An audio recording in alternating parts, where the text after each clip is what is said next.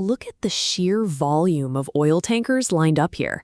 This is Kharg Island, a massive terminal pumping crude into the Strait of Hormuz, and it represents the core of Iran's economy. The U.S. Navy has heavily policed these waters, attempting to choke off this exact maritime trade. The logic behind this naval blockade was straightforward: freeze Iran's oil exports, collapse their economy, and force them to the negotiation table. But despite total U.S. naval control over the shipping lanes, thousands of cargo containers are successfully slipping past the dragnet. This gate marks one of 6 newly notified land transit routes. Pakistan is now officially allowing third-party goods to cross directly into Iranian territory, providing an immediate alternative to the sea lanes. It's a massive diplomatic gamble.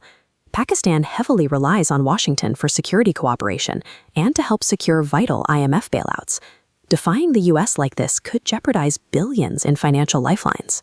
The U.S. Navy's dominance over the sea meets a hard limit at these regional border gates. A multi-billion-dollar maritime strategy is rendered inert by a sovereign neighbor's refusal to close its roads. Let's look at how this bypass actually works on the map.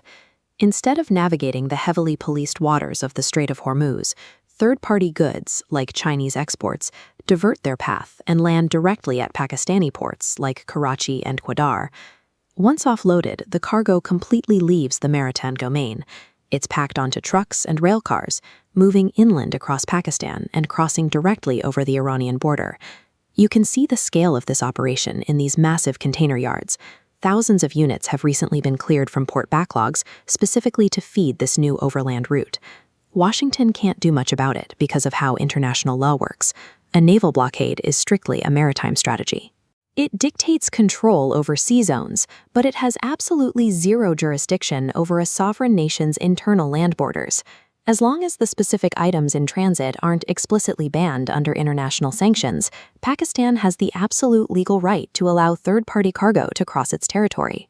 Since maritime rules cannot dictate sovereign land trade, the U.S. Navy loses its leverage the second those shipping containers touch the Pakistani shore. What we're seeing here is a textbook example of strategic hedging.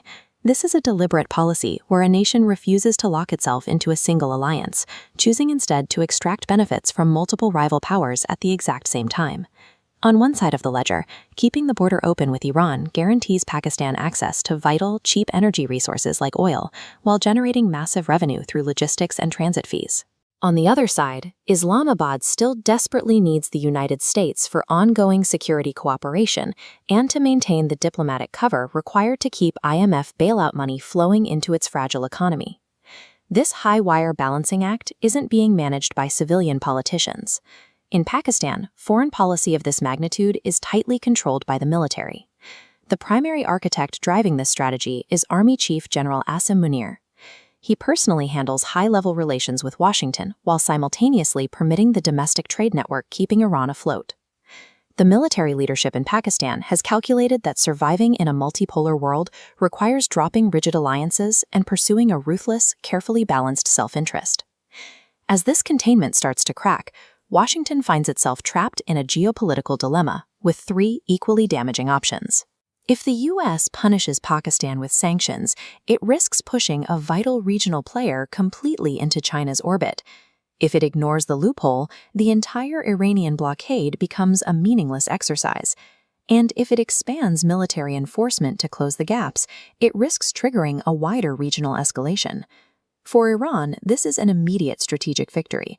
By securing a reliable economic lifeline over land, they escape total isolation and regain significant leverage, removing any desperate need to compromise at the negotiation table.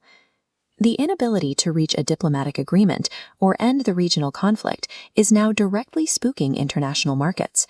As the war drags on without an end in sight, global energy volatility is spiking. Crude oil has reached $110 a barrel, with market forecasts now weighing the possibility of a climb to $130 or even $150.